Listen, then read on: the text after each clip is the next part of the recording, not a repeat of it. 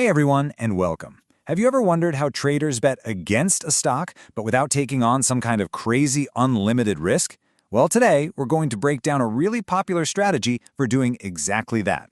We'll start with the basics of what a put option even is, and then we'll build our way up to a clever technique called the bear put spread. Let's jump right in. Okay, so here's our roadmap. We're going to start with a concept we all get, insurance, to really understand what a put option is all about. From there, we'll actually build the bear put spread, we'll run the numbers on profit and loss, and you'll see exactly how it puts a hard limit on your risk. You know, to really wrap our heads around how a financial option works, we don't need to stare at complex charts and formulas. Not at first. Let's actually start with something we're all familiar with. Good old insurance. So how in the world is some complex financial instrument like an option anything like your car insurance policy? Well, it turns out the core idea is exactly the same. It's all about protecting the value of something you own, an asset.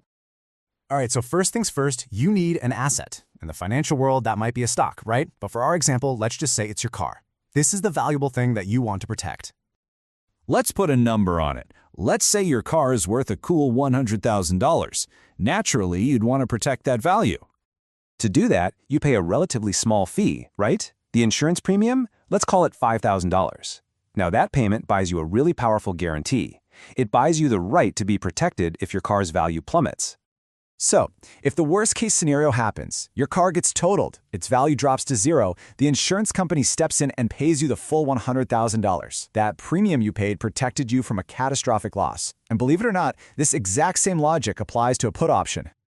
All right, so let's take that insurance idea and bring it over to the stock market. This is where we officially meet the put option. So, a put option buyer is basically the car owner in our story.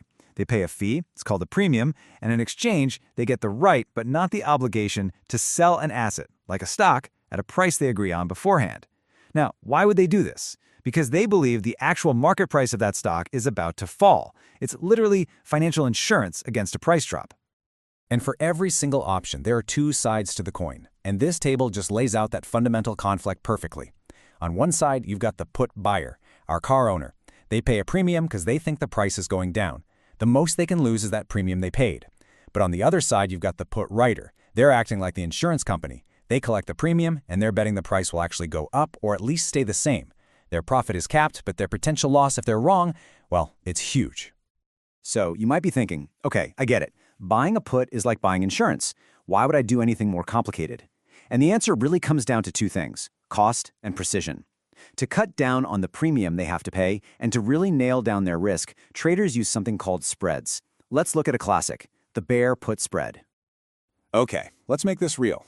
Imagine an investor is bearish on a stock called Box. That's just trader speak for saying they expect the price to fall. More specifically, they think it's going to drop below $20, but they probably don't see it completely collapsing much further than, say, $14. This very specific view is absolutely perfect for a spread strategy. Now, to pull this off, the investor actually makes two trades at the exact same time. So let's break down how that works, and most importantly, let's calculate the total cost to get into this position in the first place. This is the whole shebang right here. It's a two-part play. First, they buy the put option with a $20 strike price. That's their insurance policy that pays off if the stock drops below that $20 mark. But to help pay for that insurance, they simultaneously sell the $14 strike put. Now, this move brings in some cash, but it also means they have an obligation if the stock drops all the way below 14. All right, let's follow the money. First up, the cost. They bought 8 of those $20 puts, and the premium was $6 each. So, 8 times 6, that's $48 going out the door. But remember, at the exact same moment, they're bringing cash in. They sold 8 of the $14 puts and collected a $3 premium on each one, just like an insurance company. So that's $24 coming back into their account. So what's the bottom line? They paid out $48, but they took in $24. The net cost to put this entire strategy on is just $24. And here is the absolute key. That $24 isn't just the cost. It is the absolute maximum amount of money they can possibly lose on this trade, locked in right from the very start. Okay, the trade is on. We've spent our $24. Now, let's hit the fast forward button to the day these options expire and see how this whole strategy actually plays out at 3 different potential stock prices for Box. This table tells the whole story. Let's start at the top. If the stock finishes way up at $26, well, our bearish bet was wrong. Both options expire completely worthless. We're out our initial $24 cost, and that's it. That's our maximum loss. Now look at that middle row. What if the stock lands at $16? Hey, our plan is working. The puts we bought are now in the money, making us a profit big enough to cover our initial cost and leave us with a nice little $8 gain.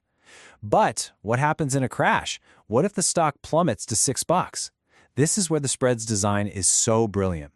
Sure, the puts we bought are now wildly profitable, but that profit is offset by the loss from the puts we sold. So the final result, after you factor in our cost, is a $24 profit, our maximum possible gain.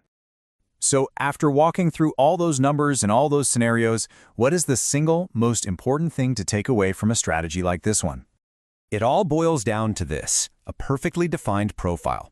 From the second they put on this trade, the investor knew, with 100% certainty, their absolute best case scenario was a $24 profit, and their absolute worst case was a $24 loss. That is what a hedged strategy is all about. You give up that lottery ticket dream of unlimited profit in exchange for the certainty of a strictly limited risk.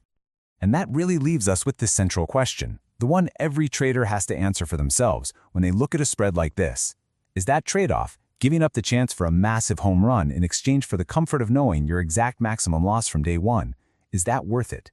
Your answer to that question really defines your entire approach to the markets.